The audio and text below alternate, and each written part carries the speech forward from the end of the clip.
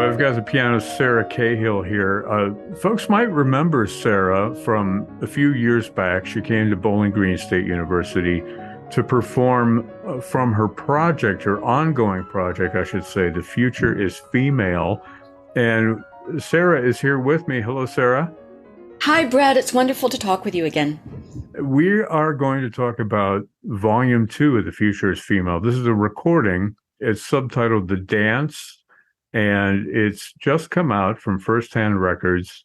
So first of all, why don't you start, Sarah, by telling us about this project, The Future is Female, because you've been working on this for some time, huh?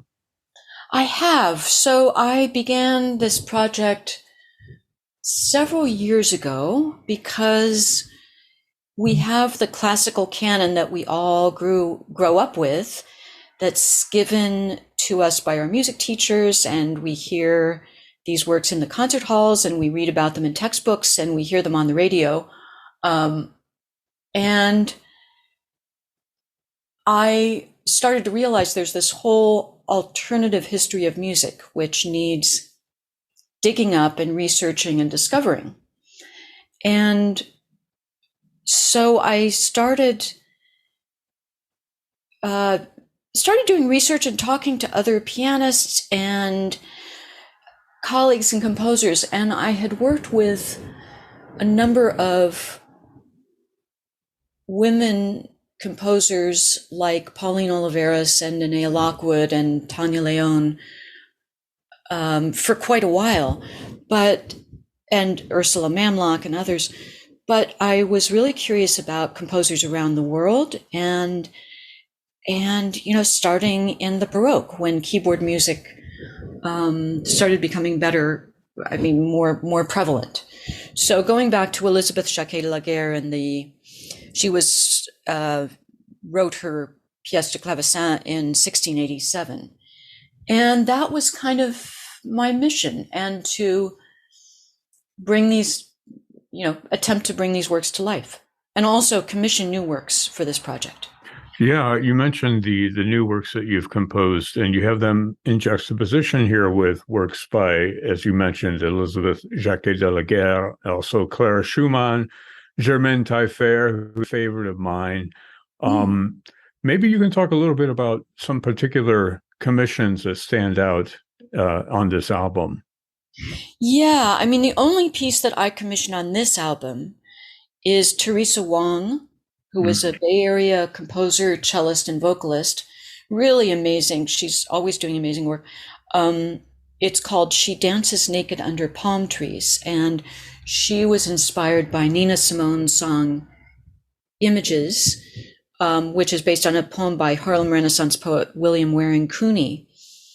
And so Theresa takes Nina Simone's a cappella song and sets the melody, and it's very, very powerful. And she also investigates the number 13, which she says, is we're taught that it's an unlucky number, but if you go back in history, it's kind of attached to the notion of the goddess, and there are it's a whole story about the number 13, and you can read her notes about it, but so she uses a lot the time signature 13/8, and she does various effects on the piano, and it's just a beautiful piece.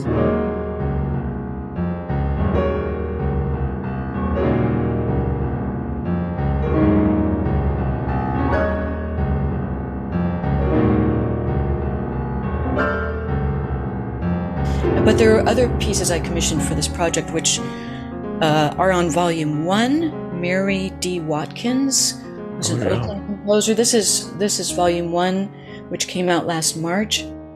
Mary Watkins is just a tremendous composer, brilliant jazz pianist, and I encourage people to look her up on YouTube and watch her playing. She's fabulous. She's in her 80s. Just wrote an opera recently about Emmett Till. And so she wrote I commissioned this piece from her called Summer Days. And this was just in 2020, she wrote this piece. So I recorded, it was important to me to record new work along with, from the Baroque to the present day, and include new work and show that, highlight composers writing today.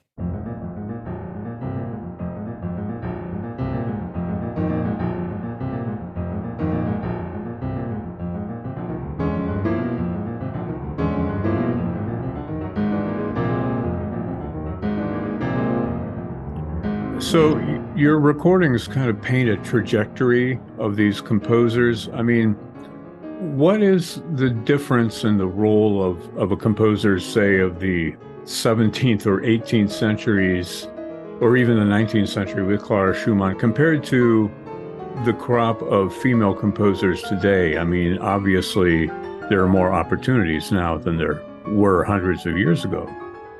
Right. I mean, I think what's really interesting to me, and it's wonderful that there are more resources and more books now about female composers and in history. What's kind of amazing is that it seems like in the Baroque era, there were women composers who did have many opportunities and got their music published. I mean, like Élisabeth Jacquet de la Guerre, her music was published. And her 2 books of pièces de clavecin. But then you get to the Romantic era, and things changed a lot with women. And you think of history as being sort of making progress, right? I mean, that it would be harder in the 17th century than it would be in the 19th century.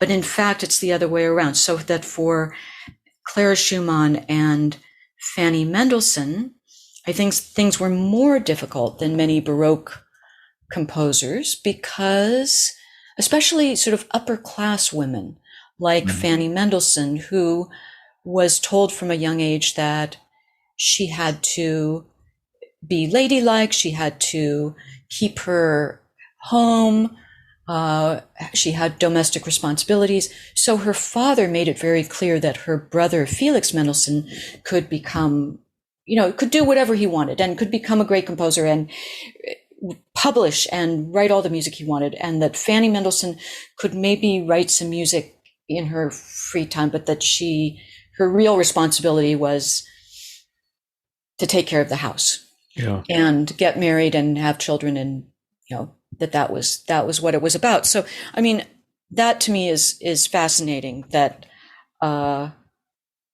it's kind of harder for women in the 19th century, and early 20th century. I mean, Germaine Taillefer, her father told her that being a composer was equal to being a prostitute for a woman, that it was just, there was this idea of going into the arts as a kind of prostitution or sort of radical liberal idea or something that, but in the Baroque, it was somehow easier. That's a really interesting point that you make. And talking about Fanny Mendelssohn, some of her music was passed off on her brother's name. And let's talk about Clara Schumann for a minute, because she was just a remarkable figure in the history of classical music. And I'm struck by the piece that you have on this recording, her variations on a theme of Robert Schumann. That was her husband, of course, who kind of overshadowed her as a musician throughout her life. But she was also like taking care of kids and taking care of the house and doing all those domestic duties while still performing on the piano, still composing occasionally, being a mentor to Johannes Brahms. I mean, that's a whole another story right there, that little trio. But I'm curious why you chose this particular piece of Clara's.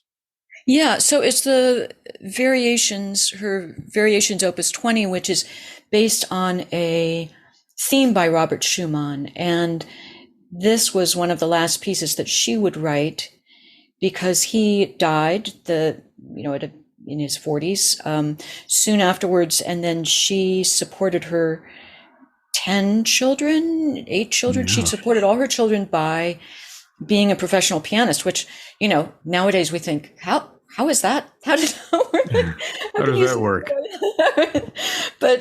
But she did that. And I mean, one interesting thing about Clara Schumann is that her father, Frederick Wieck, encouraged her to compose, and she was a prodigy in her youth as a composer and pianist, and just astonishing talent in both worlds. But I think, like a lot of women, she made the very conscious decision to support her husband, and that it was her husband who was the great talent, and so she should look up to him and spend her life advocating for his music rather than her own.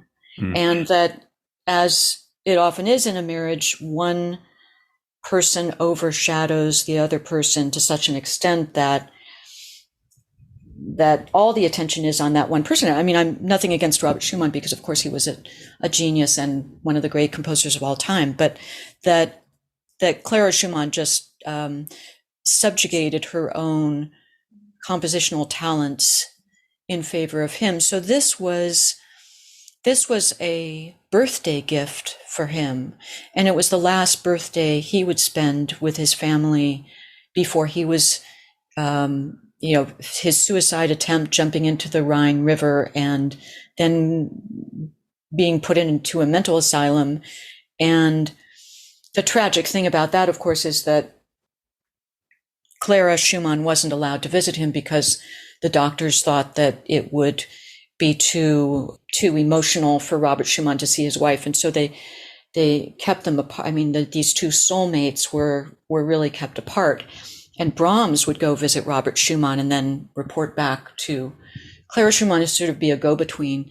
But really tragic story, and I think it comes through in these variations. I mean, it's very poignant because she's paying homage to her husband in the same way that he paid homage to her when she was a young composer, and he would take her themes and use them in music. And, famously, she wrote a mazurka that became the beginning of Davidsbündler Tänze. It's like dun da da dun dun da da dum.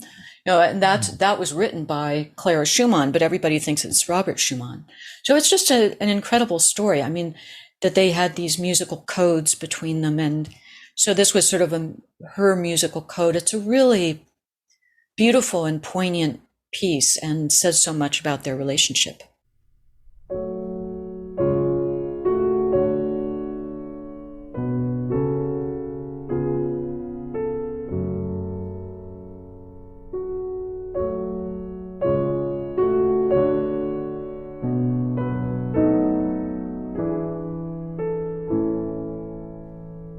There are so many different stories involved in these pieces of music. I mean, the music is just sort of the starting point for people that want to dig into this recording.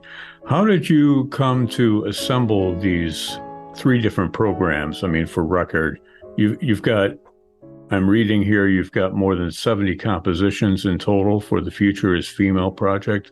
Right. But how did you put them all together for the recordings? So I out of the 70 or so, I chose 30. First of all, my goal was to include a diverse mix of music from composers around the globe, and it was important to include, composers of color and different generations, and starting, representing each era was very important to me. And also works that needed to be recorded that in many cases hadn't been recorded before. So I was less interested in, if I'm trying to think if there are any of these works that have been recorded a lot, but works that I felt needed to be recorded. Mm-hmm. And I mean, it just barely scratches the surface. So it could very well be a completely different set of 30 pieces. But also the label First Hand Records is in the UK, and they were especially interested in having one composer from the UK on each album, like Madeleine Dring and her color suite from 1963. And Deirdre Gribbin is on the first album, and she was born in Northern Ireland and now lives in London. So, and just pieces that I felt needed to be recorded, like Ági Jambor, Hungarian, best known as a pianist, and survived World War II under harrowing circumstances, and wrote this sonata dedicated to the victims of Auschwitz. And hers is just an incredible story. So, the only person who had ever played it was Ági Jambor herself, but this hasn't been played, and I felt it really needed to be recorded. So that's sort of my goal. I mean, Gabriel Ortiz, I think, is one of our greatest living composers. Gustavo Dudamel is a great advocate, and her works are being played more and more. But her Prelude and Etude number 3, I think, should be on every young pianist should play these pieces. And they're great competition pieces. And instead of the same old competition pieces, instead of another Liszt Transcendental Etude, like play Gabriel Ortiz Prelude and Etude number 3. They're fabulous, and they really deserve a lot more performances. So that was basically it, I think. Well, there's an advantage to also taking, in a competition or audition situation, taking to them something that they may not be familiar with, because you are presenting the first version of it that they've ever heard. Exactly. Yeah. So if you make a mistake, nobody knows, right? Well, it's true, but it's also a risk. I think it's also a risk because there's this feeling, I think, in the classical music world, of course, that there's this established way of doing things. And if I've talked with, I've taken this project around the country and talked with students and at all different colleges and universities, and there's this notion that there must be a reason why this repertoire is handed down from generation to generation, and why women are not included in that repertoire, and why. I mean, I'm just curious why it is. So, in other words, when a student goes to a competition, that they are going to play a sort of known competition piece like Lowell Lieberman's Gargoyles that is often done at competitions, rather than take a chance and play Gabriel Ortiz Etude number 3. Yeah. You know what I mean? That it's like you have to take a risk if you're going to play something different. But I want to do my small part to just for some slight cultural shift. And I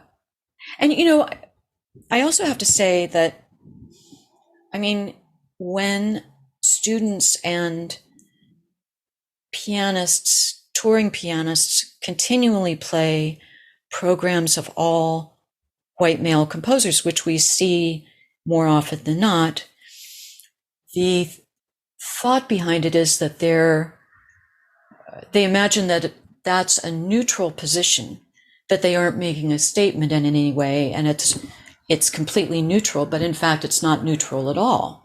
So that's a conscious choice to exclude music that is readily available, but they choose to ignore it. So I think that's, yeah. You talked about bringing this in front of audiences, and not just in a pedagogical sense, but also, to audiences that are maybe unfamiliar with a lot of this music. How has the reaction been for you in your live performances of this project?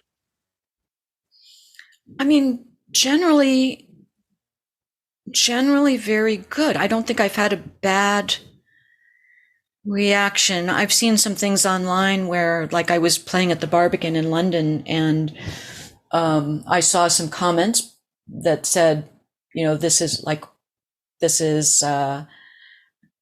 pigeonholing, or, and they're right in a way that the ultimate goal is to integrate all these different composers, as it's wonderful that the San Francisco Symphony is doing it, the LA Philharmonic is doing it, and that's, we shouldn't necessarily have to call attention to, say these are important women composers, but we're not there yet. And so my goal is to sort of highlight these composers. So how has the reaction been?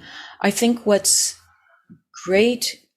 been especially great for me is when I play these programs as a marathon, like 6 hours or 8 hours. I've done it. I played it at the Barbican in London for 6 hours, and the Berkeley Art Museum for 8 hours. And I've been doing that,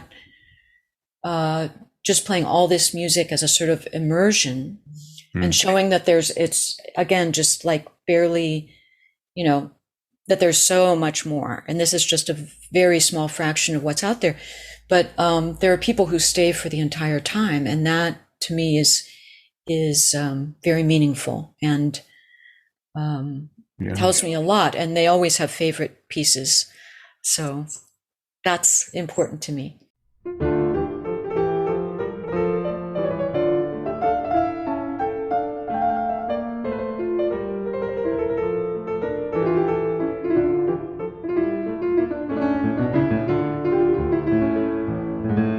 I'm interested in the journey that's portrayed on the album. Where does it end? You've talked about this a little bit.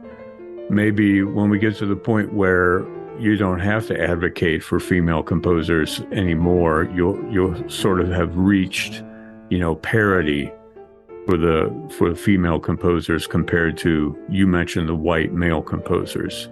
Most of them are dead white male composers, right? Yeah.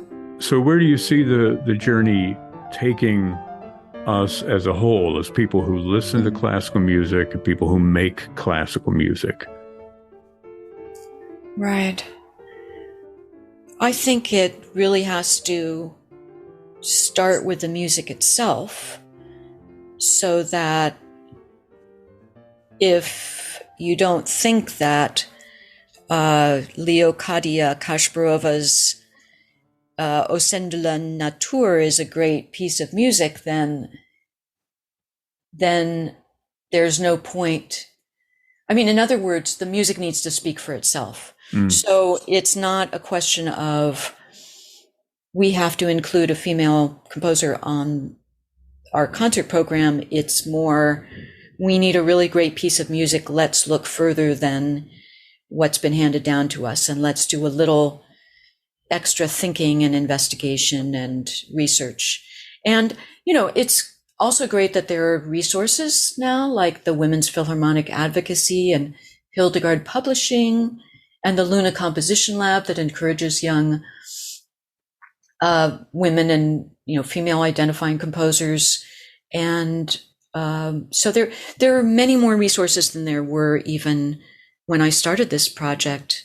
But the goal, I don't know if in my lifetime there's going to be parity and equity in programming, but that's a great goal to think about. And I just want to do my part. So when I teach at the San Francisco Conservatory of Music, if I can introduce pianists, young pianists there to some of these compositions and encourage them to perform them rather than the same old, in other words, we all love Bach and Beethoven and Mozart, and those are the greatest composers ever, and Schubert, and that's not in question. But there are so many lesser composers that we hear. Why do we hear more Hummel rather than, Teresa Carreño? Like, why is that? I don't know.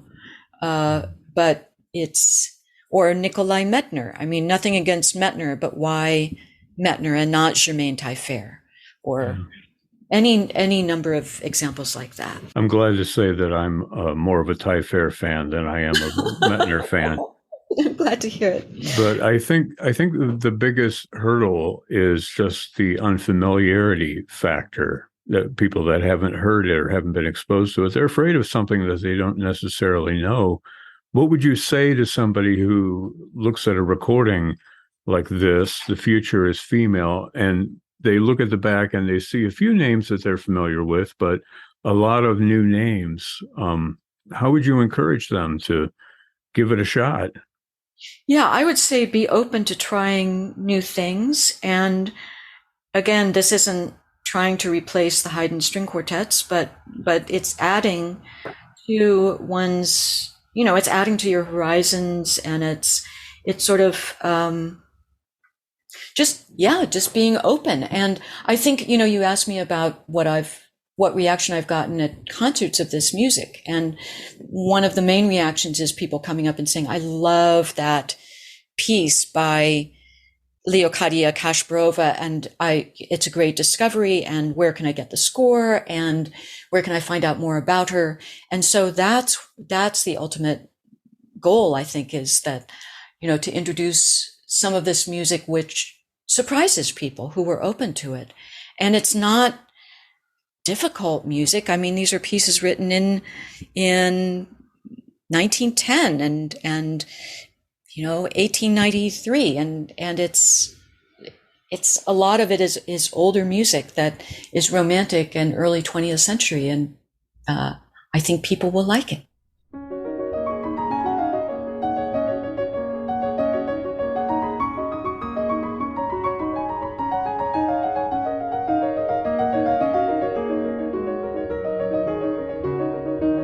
The album is called The Future is Female, Volume 2. There are 3 volumes in total. The third one is yet to come. Pianist Sarah Cahill, what would you suggest that we listen to, first-time listener to this album? Oh, what an interesting question. Maybe the Germaine Taillefer Partita. Pianist Sarah Cahill talking to me by Zoom, if you couldn't tell. And I want to thank you for making time for our listeners today. It's wonderful to talk with you. Thank you so much.